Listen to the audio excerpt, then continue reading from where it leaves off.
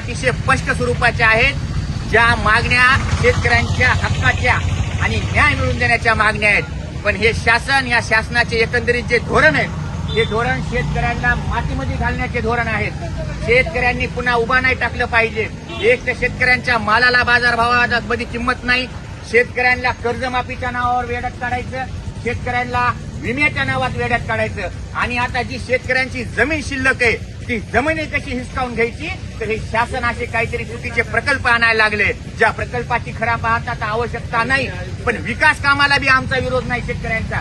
जर त्यांना शेतकऱ्यांची जमीन घ्यायची असेल तर ती जी जमीन आहे, ती जमीन जे बाजारभाव, त्या तिथला आज जे बाजारभाव आहे त्या बाजारभावाच्या 4 पट 5 पट किमतीनं ती जमीन 5 पट किमतीनं घेतलीच पाहिजे, 5 पट किमतीनं घेतली पाहिजे. धर्मा पाटील नावाच्या शेतकऱ्यानं मंत्रालयामध्ये आत्महत्या केली. या ठिकाणी आम्ही जाहीर सांगतो, शेतकऱ्यांनी आता आत्महत्या करणं बंद करणार आहे. जर या प्रशासनाने या मागणीकडे दुर्लक्ष केलं तर इथल्या एकाही या एसडीएम ऑफिस मधल्या एकाही अधिकाऱ्याला आम्ही 2 दिवसांनी बाहेर निघू देणार नाही, आणि या अधिकाऱ्यांना इथला शेतकरी मारल्याशिवाय राहणार नाही, एवढं या ठिकाणी जाहीर सांगतो. त्याचबरोबर जे रेल्वे दुहेरीकरणाचं नोटिफिकेशन आहे ते तात्काळ रद्द करायला पाहिजे, आणि ते करणं आवश्यक आहे, ही आमची प्रमुख मागणी आहे. त्याच्याबरोबर आमची दुसरी मागणी आहे की जी मोबदला जे द्यायचा आहे ते जागेच्या 5 पट मोबदला शेतकऱ्यांना मिळाला पाहिजे. शेतकरी तुमच्या विकास कामाला आडवे येणार नाही.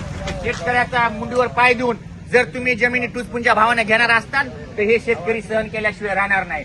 त्याचबरोबर दुहेरीकरणाच्या बाबतीमध्ये ज्या ज्या शेतकऱ्यांच्या जमिनी जात्यात, आता ह्या जमिनी म्हणजे सेंट्रल रेल्वेला जमिनी चालल्यात, त्या सेंट्रल रेल्वेला ज्यांच्या जमिनी चालल्यात त्यांचे लेकरं बाळ उद्या रस्त्यावर येणार आहेत. कारण की ही जमीन बापदाद्यानं किंवा ज्या शेतकऱ्यांनी घेतली ते पिढ्यानपिढ्याचे प्रश्न मिटविण्यासाठी, पिढ्यानपिढ्याचं कुठेतरी सार्थक लागावं म्हणून लेकराबाळांच्या भविष्यासाठी घेतलेली जमीन आहे. पण ही जमीन जर गेल्याच्या नंतर तर या रेल्वे खात्यामध्ये ज्या ज्या शेतकऱ्यांच्या जमिनी चालल्या त्या त्या शेतकऱ्यांच्या पाल्याला, त्या शेतकऱ्यांच्या मुलाला या शासनानं नोकरीमध्ये सामावून घेतलं पाहिजे, ही बी आमची या ठिकाणी प्रमुख मागणी आहे.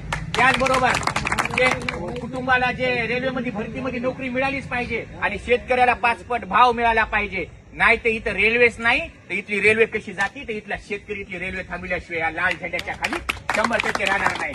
बोलण्यासारखं बरंच आहे, आणि हे आंदोलन जोपर्यंत या ठिकाणी शासकीय आम्हाला आश्वासन मिळत नाही लेखी स्वरूपात, तोपर्यंत इथला एकही शेतकरी हा हटणार नाही. उलट या माध्यमातून माझं गंगाखेड तालुक्यातील तमाम शेतकऱ्यांना आव्हान आहे की ज्यांच्या ज्यांच्या जमिनी, ज्यांचे ज्यांचे घरं, ज्यांचे ज्यांचे प्लॉट या रेल्वे प्रकल्पामध्ये जाणार आहे, अशा सर्वांनी एकजूट करून या शासनाच्या विरोधात लढण्याची वेळ आहे, आणि सर्वांनी आता एकजूट करायची आणि लढायचे. एवढं बोलतो आणि थांबतो. इन्कलाब जिंदाबाद.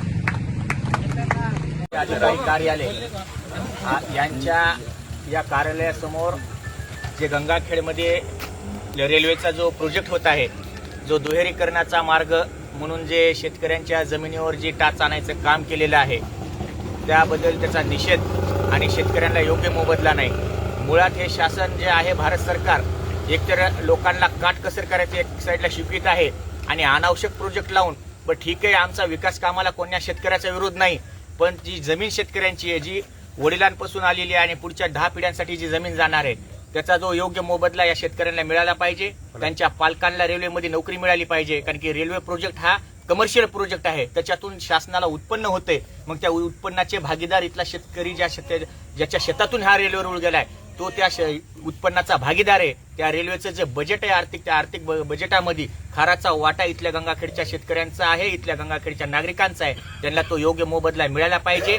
नाहीतर एकाही शेतकऱ्याच्या जमिनीच्या 1 इंचही जमीन काय, त्या जमिनीतला ढेकूळ देखील ह्या प्रशासनाला आम्ही हलू देणार नाहीत, आणि प्रशासनाने याच्यावर योग्य ती आमच्या मागण्यांकडे जर मागणी नाही केली तर मला वाटते की भविष्यामध्ये गंगाखेडच्या शेतकऱ्यांच्या वतीनं आणि गंगाखेडचे जे प्लॉट धारक आहेत यांच्या वतीनं गंगाखेडमध्ये नक्कीच आम्ही रेल रोको करूत.